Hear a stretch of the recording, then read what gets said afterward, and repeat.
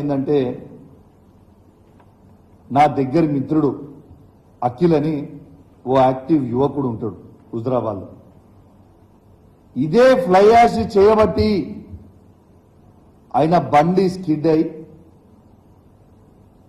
కింద పడితే తలకి దెబ్బ తగిలి అఖిల్ చనిపోయింది. అప్పటిదాకా నాకు ఈ ఫ్లై యాష్ సంగతి తెలియదు. అఖిల్ చనిపోయిన తర్వాత అసలు ఇది ఏంటిది, దుమ్మేంటిది, రోడ్డు మీద ఎట్లా పడుతుంది, ఇదంతా ఏంది అని ఆ రోజు నేను ఎంక్వైరీ చేస్తే ఈ ఫ్లై యాష్ గురించి అనేది మొత్తం బయటపడ్డది, ఈ స్కామ్ గురించి.